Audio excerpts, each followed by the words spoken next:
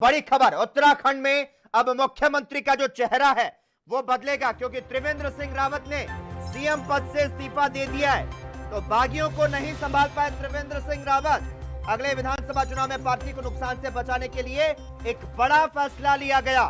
इस वक्त की बड़ी खबर तमाम दर्शकों को बता दें, तेजी के साथ बदलते घटनाक्रम में उत्तराखंड के मुख्यमंत्री त्रिवेंद्र सिंह रावत की अब छुट्टी हो चुकी है। राज्यपाल से मिलकर त्याग पत्र इन्होंने अब सौंप दिया है।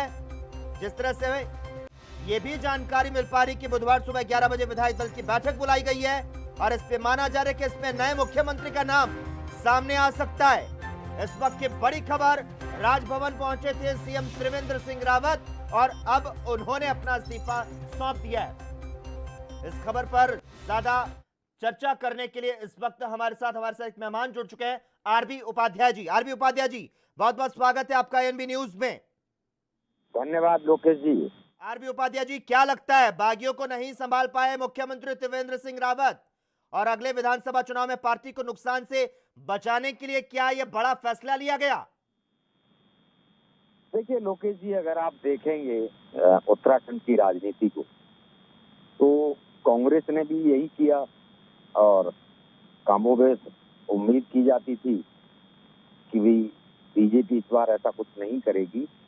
लेकिन पार्टी आला कमान होता है और इलेक्शन से पहले सभी चीजों का आकलन करता है। तो एक चरित्र भी है राजनीति का उत्तराखंड का कि जो एक महत्वाकांक्षी जो एमएलए हैं वो पार्टी भी छोड़ देते हैं, दाएं भी ज्वाइन कर लेते हैं, बाएं भी ज्वाइन कर लेते हैं। और देखिए, मुख्यमंत्री तो एक ही बनेगा। ये नहीं हो सकता कि भी सभी का मुख्यमंत्री का नंबर आ जाए। लेकिन कामोबेश तो वहाँ जो महत्वाकांक्षाएं हैं, जो भी जनप्रतिनिधि चुन के एमएलए आते हैं, हर एक की जन आकांक्षा ये होती है कि नहीं मुझे, और उसी का परिणाम है वो टांग खिंचाई होती है। और दूसरा, जो पार्टी आला कमान है उसको इस तरह ट्रीट करते हैं कि भाई अगर नहीं बदला गया तो बहुत बड़ा नुकसान हो सकता है इलेक्शन में और हम शायद नहीं जीत पाए। तो पार्टी आला कमान भी कई बार सोचने के लिए मजबूर होता है। हाँ, रावत जी का ये रहा कार्यकाल, उनका अपना कोई घोटाले का आरोप नहीं लगा, कोई उसके आरोप जो लगते आए हैं उन आरोपों से वो अब तक बिल्कुल बचे रहे हैं। अब देखिए, सबकी जो भी अपेक्षाएं और आकांक्षाएं और आशाएं हैं उसके अनुरूप काम नहीं किया जा सकता और सबको सेटिस्फाइड भी नहीं किया जा सकता। तो देखिए, क्या लगता है उत्तराखंड के सीएम की कुर्सी पर जिस तरह से अब त्रिवेंद्र सिंह रावत की जगह किसी दूसरे नेता की ताजपोशी तो होगी, लेकिन इससे क्या माना जाए 2022 चुनाव को साधने का कहीं ना कहीं दांव खेला गया है?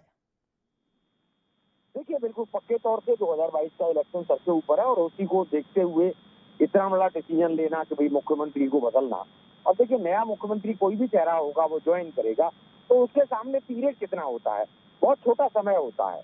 उस समय में कोई बहुत ज्यादा अपने आप को प्रूव नहीं कर पाता, बल्कि नेगेटिव मैसेज और जाता है कि भी जो मुख्यमंत्री हटाए गए यानी ठीक काम नहीं है बीजेपी का काम, तो विपक्ष को भी एक बैठे बैठाए एक मुद्दा मिल जाता है कहीं ना कहीं। अब मैं नहीं समझता कि भाई हर पार्टी का अपना एक अंदरूनी असेसमेंट होता है, बीजेपी का असेसमेंट क्या है, क्यों इस तरह का डिसीजन एक्चुअल में लिया, वो उनका अपना फैसला है।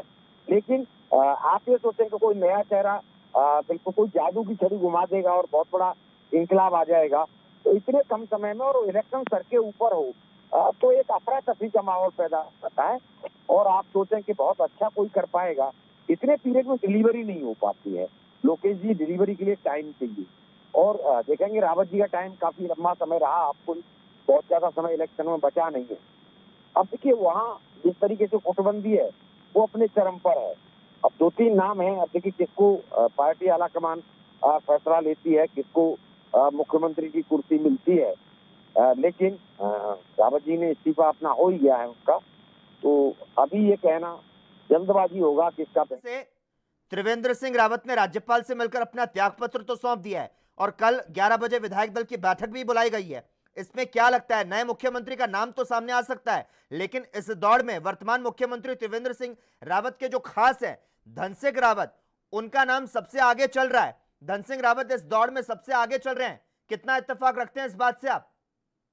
देखिए लोकेश जी, बिल्कुल राजनीति में होता ही इस तरीके से है कि मान लीजिए आपने अभी इन रावत जी को हटाया है तो उनके किसी विश्वास पात्र को अगर मान लो मुख्यमंत्री बनाया जाता है तो एक तीर से दो शिकार हो जाते हैं कि न तो इनकी शिकायत रहेगी रावत जी की कि भाई मुझे इस तरह से जो पनिश किया गया या हटाया गया पार्टी आलाकमान का फैसला, तो देखिए वो एक कहीं ना कहीं सामंजस्य बिठाने की कोशिश होती है।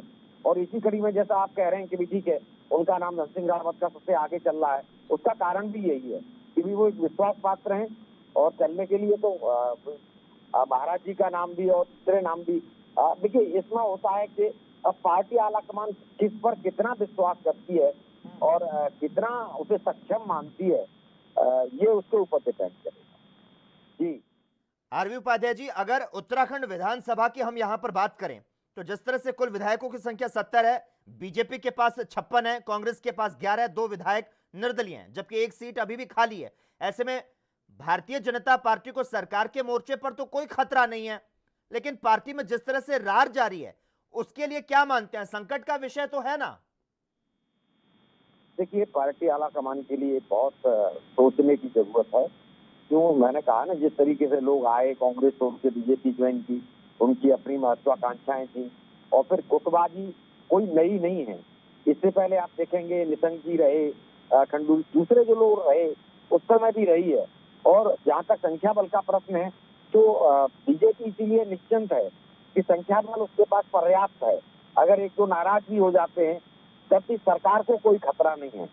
लेकिन इलेक्शन आ रहा है, इलेक्शन के मद्देनजर वो कुछ चीजों को जरूर आकलन करने की कोशिश करेगी कि भी इतने कम समय में कौन कैपेबल है जो डिलीवरी दे सकता है और कौन जनता के बीच में पॉपुलर चेहरा है और कौन एमएलए के बीच में एक स्वीकृत चेहरा है। वो बहुत सारे पैरामीटर्स के ऊपर विचार करने के बाद ही पार्टी आलाकमान कोई इस तरह का फैसला लेगा।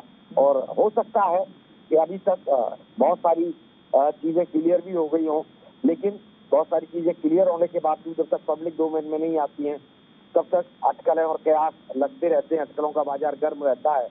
मैं समझता हूँ रिजाइन लेने से पहले ये स्वाभाविक रूप से डिस्कस किया गया होगा कि इनकी जगह किसको लाया जाए। आरवी उपाध्याय जी, डिस्कस तो किया हो गया होगा, लेकिन भारतीय जनता पार्टी को जिस तरह से उत्तराखंड से रिपोर्ट मिली कि अगर पार्टी त्रिवेंद्र सिंह रावत के साथ अगले साल होने वाले विधानसभा चुनाव में जाती है तो बड़ा नुकसान हो सकता है, तो कहीं यही तो कारण रहा होगा कि पार्टी मंथन करने के बाद बड़ा फैसला लेने के लिए मुकाम पर पहुंचा गया होगा।